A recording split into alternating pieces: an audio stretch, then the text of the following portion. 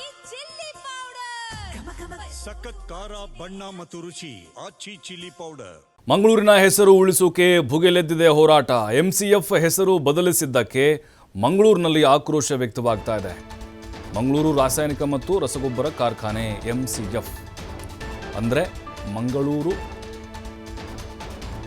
Chemicals and fertilisers limited ಅಂತ ಹೇಳ್ತಾರೆ. MCF 55 ವರ್ಷದ ಇತಿಹಾಸವನ್ನು ಹೊಂದಿದೆ. ಇದು ಎಂಸಿಎಫ್ ಕಾರ್ಖಾನೆ ರಾಜ್ಯದ ಏಕೈಕ ರಸಗೊಬ್ಬರ ಕಾರ್ಖಾನೆಗೆ ಈಗ ಒಡಿಶಾ ಕಂಪನಿ ಹೆಸರು ಇಟ್ಬಿಟ್ಟಿದ್ದಾರೆ. ನೋಡಿ, ಇಲ್ಲಿ ಕಾಣಿಸ್ತಾ ಇದೆ ನೋಡಿ, ಪಾರಾದೀಪ್ ಫಾಸ್ಫೇಟ್ಸ್ ಲಿಮಿಟೆಡ್ ಅಂತೆ. ಮೊದಲು ಎಂಸಿಎಫ್ ಇತ್ತು ಅದು ನಮ್ಮ ಮಂಗಳೂರದದು. ಇದೇನು ಗುಜರಾತ್ ಕಂಪ್ನಿದಲ್ಲ, ಅಂದ್ರೆ ಗುಜರಾತ್ ಅಲ್ಲ, ಬೇರೆ ರಾಜ್ಯ ಅಲ್ಲ, ನಮ್ಮಲ್ಲಿದ್ದು. ಆದರೆ ನಮ್ಮ ಹೆಸರನ್ನು ಅಲ್ಲಿ ಅಳಿಸಿ ಹಾಕಿದ್ದಾರೆ. ಈ ಬಗ್ಗೆ ನಮ್ಮ ಪ್ರತಿನಿಧಿ ಆದಿತ್ಯ MLC ಐವಾನ್ ಡಿಸೋಜಾ ಅವ್ರನ್ನ ಮಾತಾಡಿಸಿದ್ದಾರೆ, ನೋಡೋಣ. ಸುಮಾರು 50 ವರ್ಷದ ಒಂದು ಇತಿಹಾಸ ಇರುವಂತಹ ಕರ್ನಾಟಕ ರಾಜ್ಯದ ಏಕೈಕ ರಸಗೊಬ್ಬರ ಕಾರ್ಖಾನೆ ಮಂಗಳೂರಿನ ಎಂಸಿಎಫ್ನ ಹೆಸರು ಸದ್ಯ ಈಗ ಪ್ಯಾರಾದೀಪ್ ಫಾಸ್ಫೇಟ್ಸ್ ಅಂತ ಚೇಂಜ್ ಆಗಿತ್ತು. ಇದರ ವಿರುದ್ಧ MLC ಐವಾನ್ ಡಿಸೋಜರ್ ಅವರು ಒಂದು ಹೋರಾಟವನ್ನೇ ಶುರು ಮಾಡಿದರು. ಇನ್ ಕೇಸ್ ಅವರು ಏನು ಎಂಸಿಎಫ್ ಅನ್ನುವಂಥ ಹೆಸರನ್ನು ಮತ್ತೆ ಹಾಕದೆ ಹೋದರೆ ನಾನೇ ಹೋಗಿ ಆ ಒಂದು ಬೋರ್ಡನ್ನು ಕಿತ್ತು ಹಾಕ್ತೀನಿ ಅನ್ನುವಂಥ ರೀತಿಯಲ್ಲೂ ಕೂಡ ಆಕ್ರೋಶವನ್ನು ವ್ಯಕ್ತಪಡಿಸಿದ್ರು. ಸದ್ಯ ಈ ಬಗ್ಗೆ ಮಾತನಾಡೋದಕ್ಕೆ ನಮ್ಮೊಂದಿಗೆ MLC ಐವಾನ್ ಡಿಸೋಜರ್ ಅವರಿದ್ದಾರೆ. ಅದರ ಮಾತನಾಡಿಸ್ತಾ ಹೋಗ್ತೀನಿ. ಸುಮಾರು 50 ವರ್ಷದ ಇತಿಹಾಸ, ಇದರ ನಡುವೆ ತಾವೊಬ್ಬ MLC ಆಗಿ ಅದನ್ನು ಕಿತ್ತು ಹಾಕ್ತೀನಿ ಅನ್ನುವಂಥ ಎಚ್ಚರಿಕೆಯನ್ನು ನೀಡಿದ್ರಿ. ತಮ್ಮ ಎಚ್ಚರಿಕೆಗೆ ಬಗ್ಗಿದ್ರೆ ಹೇಗೆ ಅಂತ?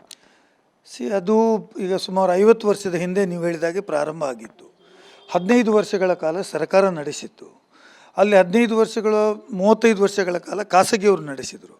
ಆದರೂ ಯಾವಾಗಲೂ ಕೂಡ ಅವರು ಅದರ ಹೆಸರನ್ನು ಮಂಗಳೂರು ರಸಗೊಬ್ಬರ ಕಾರ್ಖಾನೆ ಅಂತಲೇ ಇತ್ತು.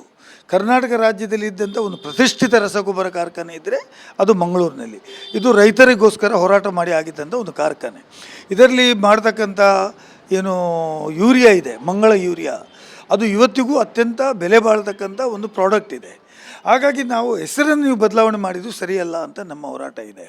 ಕಾರ್ಖಾನೆಗಳು ಬೇರೆ ಬೇರೆ ಜನ ನಡೆಸಿದರೂ ಕೂಡ ಇದುವರೆಗೆ ಮಾಡಿರಲಿಲ್ಲ. ಆದರೆ ಈಗ ಆಲ್ ಆಫ್ ಸಡನ್ ಆಗಿ ನೀವು ಹೇಳಿದಾಗೆ ಹೆಸರನ್ನ ಬದಲಾವಣೆ ಮಾಡಿದ್ದಾರೆ.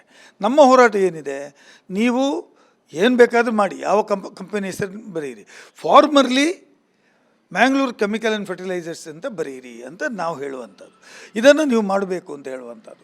ಅದರಲ್ಲಿ ಸೇವೆ ಸಲ್ಲಿಸಿ ನಿವೃತ್ತರಾದ ಸಾವಿರಾರು ನೌಕರರು ಈಗಾಗಲೇ ಅದರ ಹೋರಾಟವನ್ನು ಮಾಡಿದ್ದಾರೆ, ಬೇಡಿಕೆಯನ್ನು ಕೊಟ್ಟಿದ್ದಾರೆ. ಅದಕ್ಕೆ ಇವರು ಕೇರೆ ಅನ್ನಲಿಲ್ಲ. ಮಂಗಳೂರಲ್ಲಿ ಸಾಕಷ್ಟು ಹೂಡಿಕೆದಾರರು ಬರ್ತಾರೆ, ಎಲ್ಲವೂ ಕೂಡ ಈ ಭಾಗದ ಜನ ಜಾಗವನ್ನು ನೀಡ್ತಾರೆ, ಎಲ್ಲ ರೀತಿ ಸೌಕರ್ಯವನ್ನು ಕೊಟ್ಟರು ಕೂಡ ಪ್ರತಿ ಬಾರಿ ಯಾಕೆ ಮಂಗಳೂರಿನ ಅಸ್ಮಿತೆ ಅಥವಾ ಐಡೆಂಟಿಟಿಯನ್ನು ಕಿತ್ತುಕೊಳ್ಳುವಂಥ ಪ್ರಯತ್ನಗಳು ನಡೀತಾ ಇದೆ?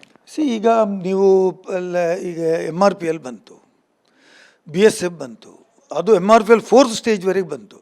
ನಾನು ಕೇಳಿ ಪ್ರಶ್ನೆ ನಾನು ಇಚ್ಛಿಸ್ತೇನೆ, ಇವತ್ತಿನವರೆಗೂ MRPL 4th ಸ್ಟೇಜಲ್ಲಿ ಸುಮಾರು 6,500 ಎಕರೆ ಜಾಗ ಕೊಟ್ಟವರಿಗೆ ಉದ್ಯೋಗ ಕೊಟ್ಟಿದ್ದ ವರ್ಷ ಎಷ್ಟಾಯಿತು? ನಾವು ಹೋರಾಟ ಮಾಡಬೇಕು ಅದರ ಮೇಲೆ.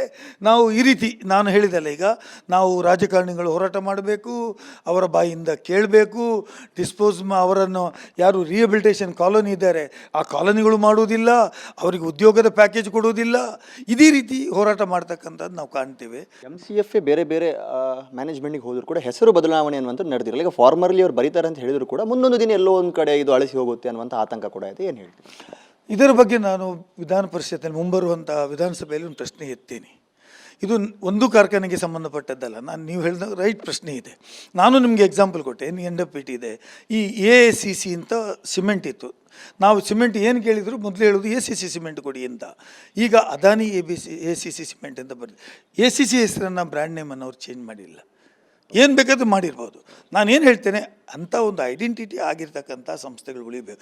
ಇದಕ್ಕೆ ಒಂದು ಕಾನೂನು ತರಲೇಬೇಕು. ಹಾಗಾಗಿ ಸರ್ಕಾರ ಒಂದು ಕಾನೂನು ತರೋದ್ರ ಬಗ್ಗೆ ಕೂಡ ಚಿಂತನೆ ಮಾಡಬೇಕು ಅಂತ ನನ್ನ ಅಭಿಪ್ರಾಯ. ಇದಿಷ್ಟು